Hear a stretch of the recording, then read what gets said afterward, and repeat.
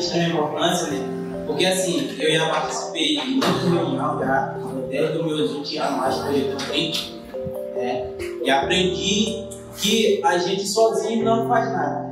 Todas as comunidades aqui vivem conflitos, mas também tem melhoria. E eu pude perceber que as nossas comunidades, as nossas ONGs, se realmente não tiver uma base forte, que trabalhe todo mundo unido, no coletivo, a gente não vai conseguir nada. E aqui é a oportunidade que nós estamos tendo de aprender a lei, para quando nós formos reivindicar e fazer uma denúncia, ou então fazer um questionamento, ou mandar para alguém, ali já vai dizendo na lei, do artigo tal, do número tal, que a comunidade do Belo Monte, através tem o direito de solicitar o território e de viver ali no território, né, por ninguém explorar aquela área tal, por artigo tal, amparado pela lei tal. Porque eu nem sabia que tinha tanto que nós tínhamos tanto esse direito. Então, hoje eu vou lutar com meus amigos, nem a gente luta com a Rua de Pesca há muito tempo, vem lutando.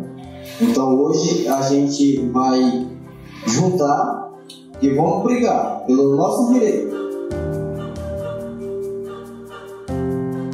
O que são os povos de comunidades tradicionais? São grupos culturalmente diferenciados e que se reconhecem como tais, que possuem formas próprias de organização social, que ocupam e usam territórios e recursos naturais como condição para sua reprodução cultural, social, religiosa, ancestral e econômica, utilizando conhecimentos, inovações e práticas dela e transmitindo a tradição.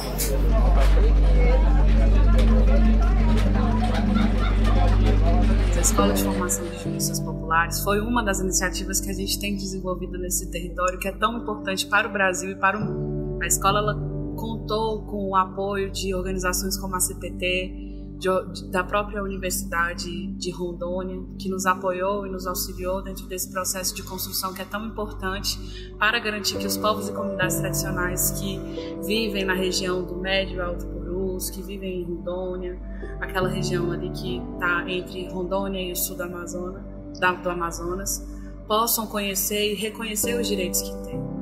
E é importante fazer isso porque são os povos e comunidades tradicionais que mantêm a floresta em pé, que mantêm a Amazônia em pé. E a gente sabe que se a gente não faz esse processo de fortalecimento, a gente está ignorando uma realidade que é sustentada e fortalecida por eles. O Programa Global 2, Amazônia Bem Viver, Comunidades Resilientes, é um projeto desenvolvido pela Cáritas Brasileira, Cáritas Colombiana, Cáritas do Peru, Centros de Ação Social também do Peru e Cáritas Alemanha, com o objetivo de contribuir para que comunidades indígenas e tradicionais das regiões amazônicas desses 3 países latino-americanos possam proteger efetivamente seus territórios, combater as mudanças climáticas e também a perda da biodiversidade. Estamos aqui esses últimos dias em Lábrea, na formação, na Escola de Formação de Jurista Popular da Amazônia. Então, esses dias a gente teve muitas formações sobre direito territorial, com os professores que vieram aqui falar também um pouco sobre os impactos que as comunidades vêm sofrendo e finalizamos falando sobre o direito fundamental à consulta e consentimento dos povos e comunidades tradicionais, que é um direito que está em vigor em Brasil. Então nós fizemos um pouco aqui a oficina de protocolo de consulta e consentimento para que as comunidades pudessem saber desse instrumento, que é mais um instrumento de luta, de fortalecimento aí do território, e um instrumento que vai dizer para o Estado como a comunidade ela quer ser consultada.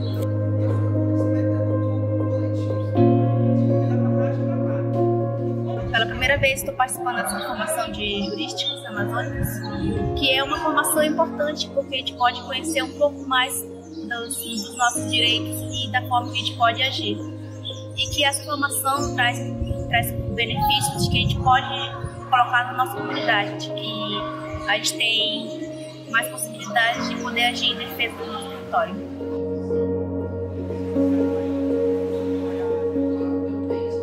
É necessário que a gente trabalhe com os protagonistas, né, dessa lei, que deve ser saída do papel, para que eles possam se empoderar e reivindicar cada vez mais seus direitos, né, que são garantidos em lei. Então, muitas vezes, quando a gente não conhece o direito, é muito mais fácil de ser criado, de ser enganado, de ser calado, né, diante das opressões que vivem em seus territórios. Mas se essas pessoas, essas comunidades, conhecem o seu direito, elas vão exigir, né, com mais precisão, e há possibilidades muito maiores de serem ouvidas, né?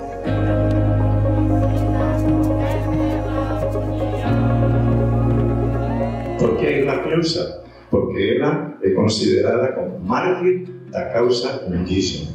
Em 1985, ela foi assassinada por defender os direitos dos indígenas da nossa Brasil. Naquela época, não existia, nem no Amazonas, nem em grande parte do Brasil, não existiam as áreas indígenas delimitadas pelas organizações que estavam dedicadas ou deveriam estar dedicadas aos direitos indígenas, foram motivados a fazer alguma coisa mais, delimitando as áreas indígenas a raiz, entre outros, claro, da morte da Irmã Creusa. A preocupação da Irmã Creusa pelos direitos dos indígenas foi sempre claríssima, e alguns dos aqui presentes, principalmente Marcelino e alguns de algum outro mais, a teriam conhecido preocupada por defender os direitos dos indígenas da nossa região. O Tuxaua Agostinho foi um dos que mais foram acompanhados pela Irmã Creusa, mas não exclusivamente. Em muitas ocasiões eu também acompanhei ela para visitar algumas das aldeias indígenas aqui da nossa região, entre os Xamamadi, por exemplo, também Palmari, etc. Então, essa Irmã Creusa deu a vida por defender os direitos indígenas, de modo especial, as áreas indígenas que não existiam. E então, alguns dos Tuxauas, Palmari e Apuriná, principalmente, são os que, com o apoio da Irmã Creusa, se encaminhavam, através de cartas redigidas por elas, mas de alguma forma assinadas depois pelos Tuxauas, essas cartas iam para os organismos federais para que pouco a pouco se fossem reconhecendo os direitos dos povos indígenas.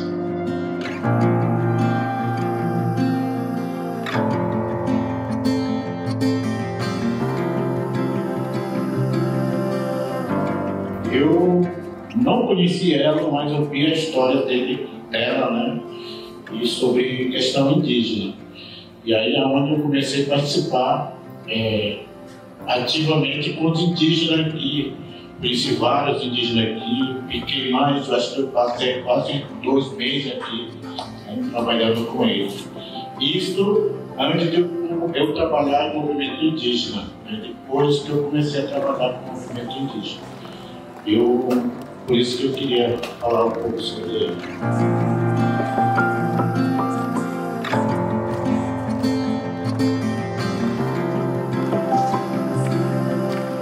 Nós estamos aqui passando essa semana imersiva em Lábrea com lideranças e comunitários do Médio e Baixo Purus, discutindo sobre o direito à formação de juristas populares. Essa é uma região muito cobiçada pelo avanço dos grandes empreendimentos. Essa que está inserida dentro do que nós chamamos de AMACRO, é uma zona de desenvolvimento com muitos investimentos do agronegócio, do governo federal, no sentido de avançar para cima da floresta e atropelando as comunidades. Nesse sentido, o conhecimento do direito, o conhecimento dos instrumentos que nós já temos construído é importante, é crucial para a defesa dessas comunidades. Então, essa semana nós estamos aqui trocando algumas ideias com os comunitários, compartilhando informações sobre o direito, compartilhando caminhos que eles poderiam estar utilizando e podem estar utilizando no dia a dia para encaminhar suas denúncias, fazer a defesa de seus direitos.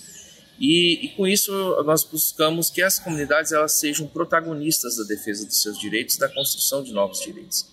Numa região tão cobiçada, numa região em que a presença do Estado é tão distante, né? Nós estamos aqui do lado de uma comarca, do fórum, que praticamente a gente não vê movimento, né? Nós não temos presença do Ministério Público, nós não temos presença do Ministério Federal próximo, então o tempo de atendimento das denúncias quando há violações de direitos humanos, principalmente quando o caso de violência é muito demorado. Então, as famílias, as comunidades, os comunitários se apropriarem desses instrumentos é crucial para o tempo de resposta e também a eficiência da defesa dos seus direitos. E também formando uma rede de comunidades para melhor resistir a esse avanço que tanto apareceu na denúncia e nos relatos das famílias e dos comunitários que estão participando da formação.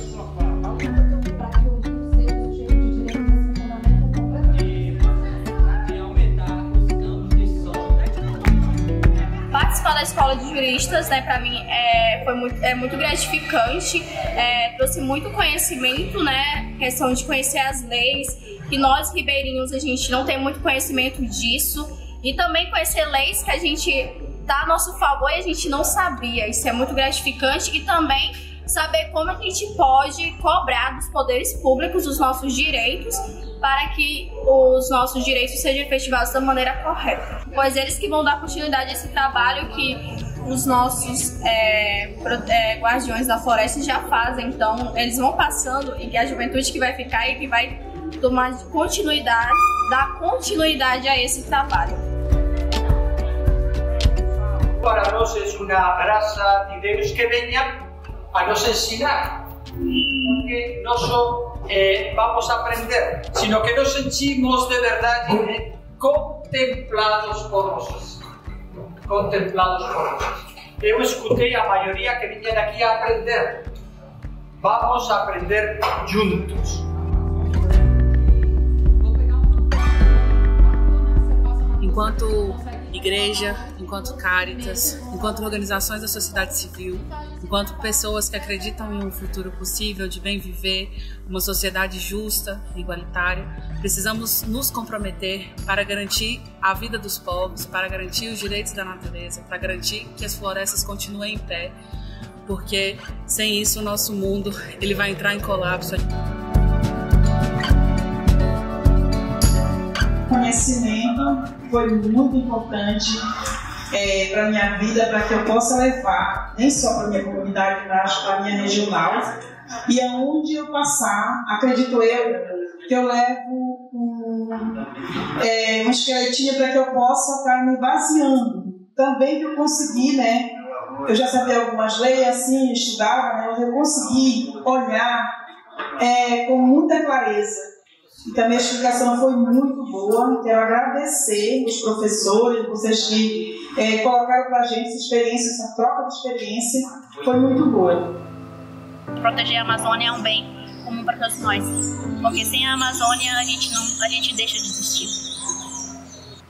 Acredite, não desista, siga em frente. Você vai vencer, porque com Deus é diferente.